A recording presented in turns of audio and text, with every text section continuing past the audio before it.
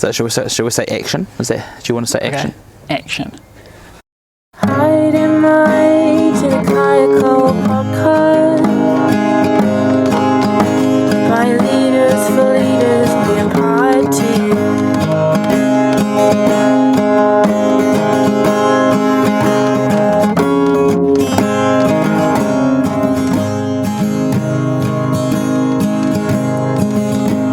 Here's what we have for you.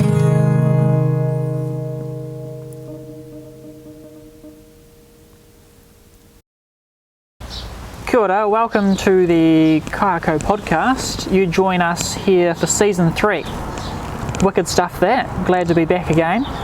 We're up here at Methven Station, which is also the youth division, and we're in the Rose Garden, and I'm joined by Lynda Walter, who's the Regional Youth Manager for the South Island region, and we're going to have a quick yarn about the standard operating procedure for Divisional Nights. But she's just recently been appointed into the role, so we're going to quickly just find out how she feels it's going. Absolutely love it. I love being able to work with the divisions throughout South Island. I work with a great team with the district youth managers and the portfolio officers. It's just been fun. It's been real good. Yeah, awesome. And I think everybody enjoys having you around, so that's good. Good thing. Yeah. Right, let's get into the nitty-gritty of what we're going to discuss. Well, on this episode, we're going to be discussing the standard operating procedure for Divisional Nights, which is really exciting stuff. It's not as boring as what it may sound to be. Isn't that right? That's true. Now, some bits and bobs in there, important key parts. Yep. What would you say is important to finding this procedure? How to find the standard operational procedures when you go onto SharePoint. Yeah. So the easiest way to do is to log on to Heartbeat and then click on the little house, which is to the left of the homepage. Yep. And then type in Dylan St John Youth, and it will bring up the page, and on the page in the top left hand corner is a big box that's got resources on it. Perfect. And if you haven't used SharePoint before, I believe before this video comes out, there's going to be a video on how to use SharePoint, just briefly speaking. Nothing amazing, but just a little quick guide. Once on the SharePoint, what can you find on there in regards to the standard operating procedure? Because I believe there is some good stuff on there. Correct. So once you've clicked on resources, on the left hand side of the next page you'll have a column of titles. The top one is Youth Administration, and then I think it's about the third or the fourth one down, it's Safety and Risk Assessments. So very briefly, the Youth Administration one has got pretty much every current form that you need, and I think one of the points in the SOPs is enrolment. Yep. There's an enrolment form on there, so click on that and follow it through, link, yep. Follow the prompts. But for the to find the standard operational procedure form, if you click on Safety and Risk Assessments, over on the right hand side of that page is this particular SOP. Awesome. And if you click on that, it'll open it up. Amazing. And what might we find in there, Lynda?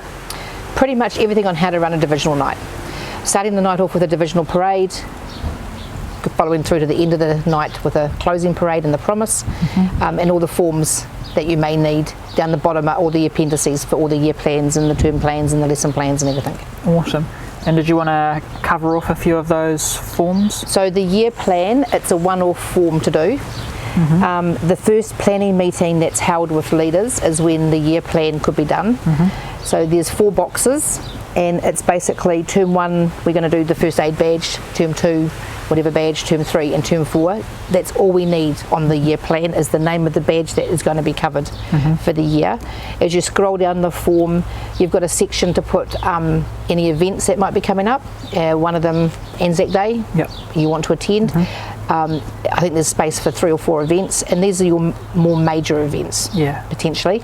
And then the next box down is any senior cadets that want to attend leadership development trainings. The way around, and that all gets sent through to the AYM, who passes it on to the DYM. Awesome.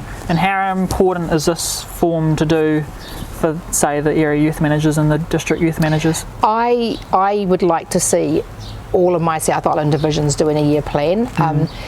one of the reasons is that if Methven Division here sends a year plan into the district youth manager via the AYM, the area youth manager, another division, say Ashburton, or which is another division area? We've got Ellesmere and yeah. Darfield. So it's a way of when Rochelle gets all these forms in front of her, Yep. if she's got a couple of cadets that are due to do the badge that you're doing in term 1, that's close to for their GP, they can come here and do it here. Cool. Or vice versa. You've got 3 kids here that need to do a badge and it's being run in Ashburton.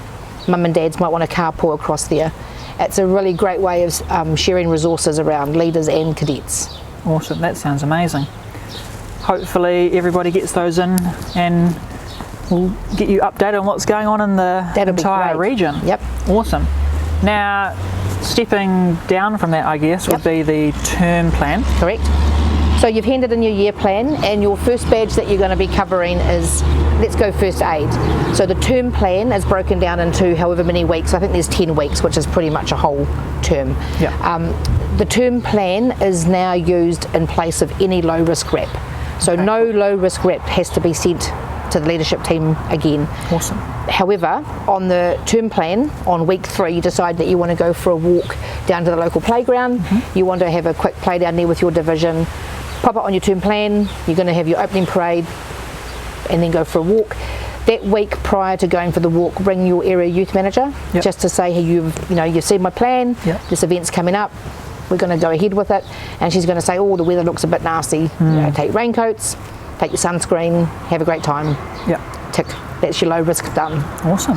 And it covers off any other things like, for example, any outside activity, but also what has happening in the resources and stuff that you need each week to cover that badge module. Awesome. And does that now cover, say you do comps training on the weekend, or is that slightly different?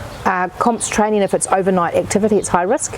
So you need a high risk rep for that activity. So any event that's water related, camp related, overnight, fire, any high risk activity, you still have to send me in a form 8 weeks prior. The term plan only is for low risk events. Awesome. Once it's completed, that gets sent to your area youth manager, and then from your term plan you'll know who's taking each week. So here at Methven Division you've got 2 other leaders. We do, yes. Yep. So one of those leaders' names, because you've got a very small division, would go beside that lesson that week. They then generate a lesson plan, and that lesson plan is given to the DM. So if the leader is sick, you can hand it to another leader or a senior cadet or a cadet leader, however you might want to run that lesson, but the lesson plan is already done. Some divisions do all their lessons plans pretty quickly because the term plan's done. Some do them a couple of weeks out, but it still has to go to the DM for the DM to be able to see what resources are needed, see from the term plan the area youth manager may feel she needs to contact the area committee to ask for extra paper for week 4, or we need apples for week 3 because we're doing the home tech badge, so the area committee can be approached with the term plan to ask for those extra resources that may be needed. Awesome. That's really good. Is there anything else in the standard operating procedure that you wanted to cover off? For the divisional night, that's probably about it. Go and have a read. It's got some great content in it. There's another one that's just above the divisional night one on how to run activities in camps. And that's a little bit more detail, and that's 6 pages, and I haven't retained that one in my mind at all. Right. I have to We can discuss that one another time. No, that's great. Thanks for coming on. It's been great to have you here. No worries. And I hope everybody takes away just a little bit of something. Awesome. Fantastic. Thank you. Thank you for watching the Kaiako podcast.